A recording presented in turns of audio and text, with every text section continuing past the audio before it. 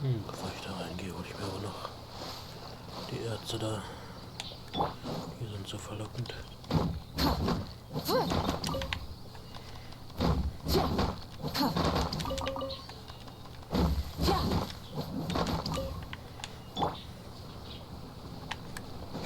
Mist, die habe ich verpasst.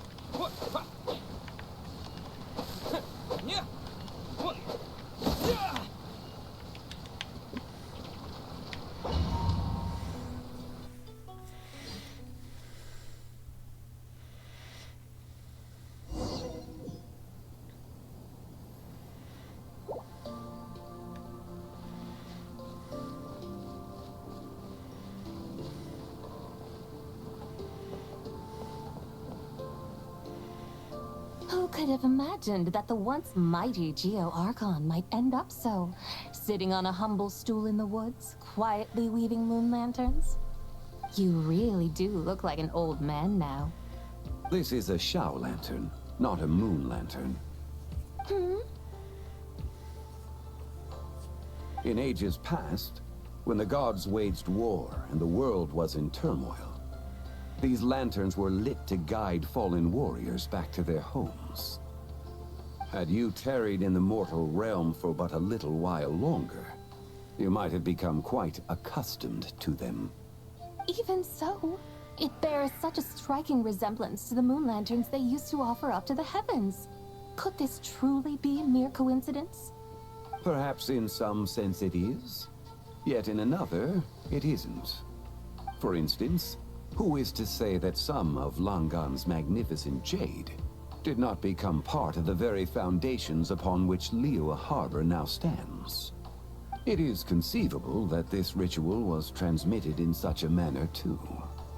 Now, let's not let ourselves get carried away. For all its splendor, do not forget that, in the end, even Langan could not escape its heaven-sent fate. Alas, it is just a pity that the little creatures of this world may never again lift their eyes to the moon, even should misfortune befall them. But you, Geo-Lord, now that you rule this realm, why take the trouble, not to mention the risk, to visit one who bears such profound guilt as I? Are you not afraid that you might be sullied by the curse of time that was laid upon me? There is no risk to speak of. At least, not in comparison to that which you took when you defied the heavens all that time ago. As I have stated, time and again, it was not I who defied the heavens. Geo-Lord, the ancient affairs of Langan have nothing to do with me, for I am but one of her deadly selves, severed before her demise. My name is not Zibai, but Zichao. Surely you did not take us for one and the same, solely on the basis that we may all assume the form of white horses? Sorry to break it to you, but you seem to have found yourself the wrong white horse. Anyway, do tell me, what urgent matter brings you here? Very well then. I have come to ask for Zibai's shade. Oh? So, the Geo-Lord has set his sights upon Zibai's human soul. And what is it that you intend to do with it? The world outside is changing. With the new moon's birth, the confines of the Shadow Moon are gradually disintegrating. In other words, the heavenly soul is set to return. Consequently, strange phenomena have manifested within Langan's former domain, leading to the earthly soul's reappearance as well. The last of the trio, the human soul, is in your possession. Most intriguing. My intention is to gather all three together, so that an old friend may finally make her return. I must admit, it seems that some remarkable affairs are coming to pass in the outside world. Yet there is one thing you seem to have overlooked, Lord of Geo. Back in the day, it was you that freed me from that painting. And afterwards, I took up arms in your name. Together, we first subdued Chenyu Vale, then brought peace to Mount Qingse. It was for this cause that the contract between us was made. But now that the debt has been repaid, what cause have you to expect my aid? Zebai and I have long been friends. Given not only that you were manifested from a corrupt desire within her divine form, but that you also possess a fragment of her soul, how can you purport to be the wrong White Horse? I think you'll find that we are now as separate and distinct as any two beings ever were. What once shone with radiant purity has long become dust. What you see is no longer what it was. Oh, great Lord of Geo. Should this still be unclear to you, I bid you take your leave. It seems that the fault lies in my own lack of consideration. As you wish. I shall let this matter rest. Wait! One moment, if you will. Should this not be your opportunity to propose a new contract? The part where you make me an offer I simply couldn't refuse? Even those puny mortals know how to haggle when striking their bargains. Should you, the famed god of contracts, not likewise strive for success through negotiation? Come now, enough with the posturing. It's time to name your price. Very well. I had, in truth, prepared a new contract for your consideration. I knew you would not come before me unprepared. Yet, you should know that I want for nothing, for I live in the mountains, carefree and untroubled. Occasionally, I even find sport in teasing the mortals who stumble into my presence. Then why persist in telling them those ancient stories?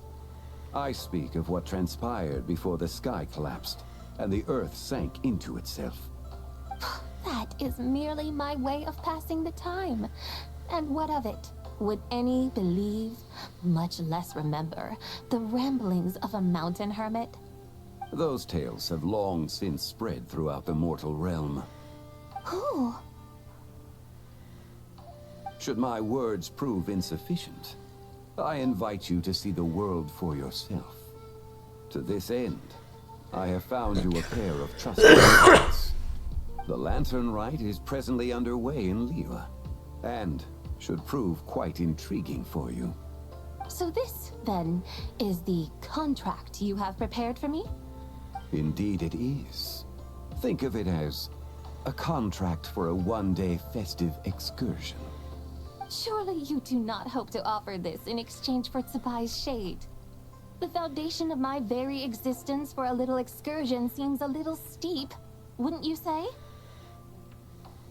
Why not see for yourself?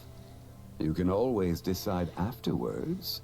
The final determination, of course, shall rest with you. Is that so? Then perhaps this deal might not be entirely off the table after all. Where then are these guides of which you speak? Hey, it's Xiangli!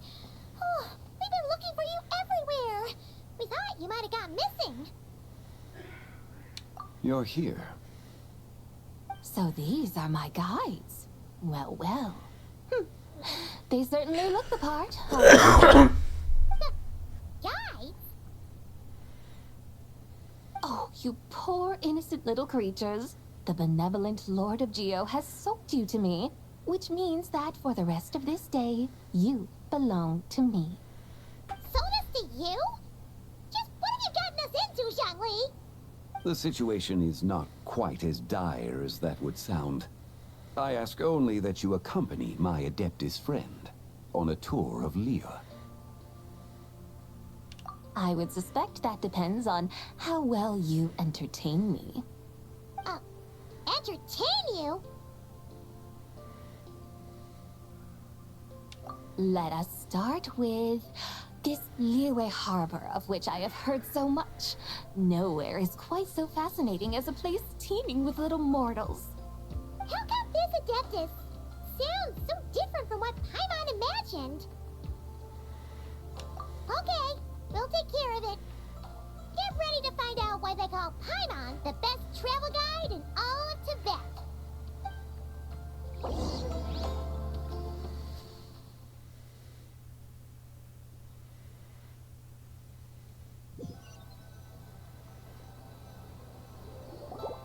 Look!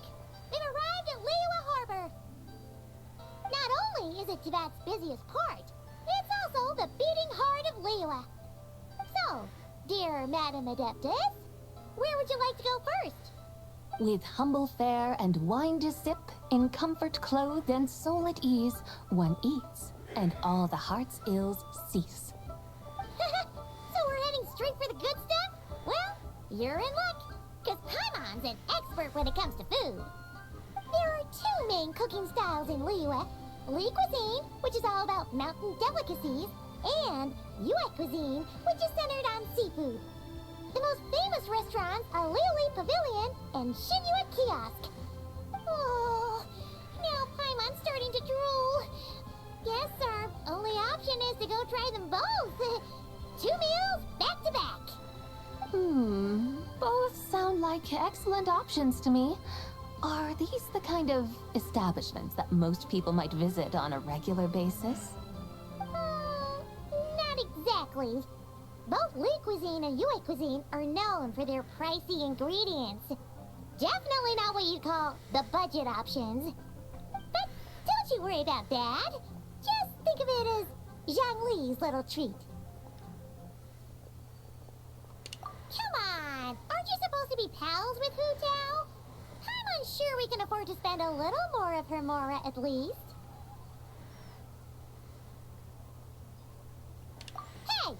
All Paimon wants is to provide our Adeptus with the best possible experience here. Don't you want that too? Both certainly sound like worthy choices. Just now, though, I happened to see a porter pass this way. Where might individuals like him go to eat? A hungry porter, huh? Oh! Paimon knows just the place! Yep. Nothing fancy schmancy there.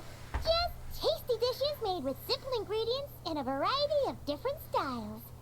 Most importantly, it's great value for money, too. No wonder everyone loves it, huh? Oh, and the owner happens to be a good friend of ours, too. One mean restaurant. Yes, even the name itself feels lively and down to earth. All right, let's make it our first stop. Yippee! That's a great choice, too. Alrighty, let's head over there right away. Paimon can't wait to dig in. Wamin Restaurant, here we come.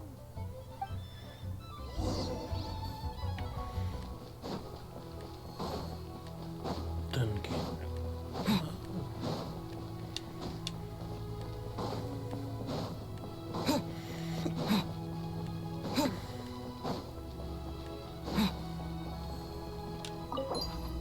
Den sind wir aber rein. Und Wasser, um dich kümmern wir uns später.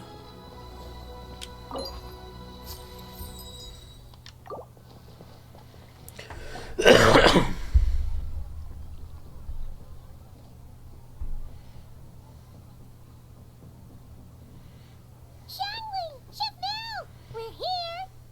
Oh, hello there. What a surprise to see you two. Welcome, welcome.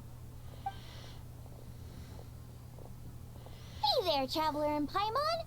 We're a little busy today, so grab a table while you still can. But I don't think I've met this lady before. Is she a new friend? You could say that. Oh, I see. Well, hey there. A friend of the Traveler's a friend of mine, too. Don't worry, we'll take good care of you. Just order whatever you want, it's on the house. By the way, I'm Xiangling. I cook here at One Mean Restaurant. What's your name? Miss Xiangling, have you ever heard of the White Horse Adeptus? Of course. What about her? I am her, and she is me. Huh? You mean you're an Adeptus? Oh, you young'uns crack me up. Come on, Xiangling. You've got to keep up with the times. Haven't you heard of cosplay? It's like a role-playing game where you dress up as famous characters and pretend to be them. Seriously, it's all the rage, and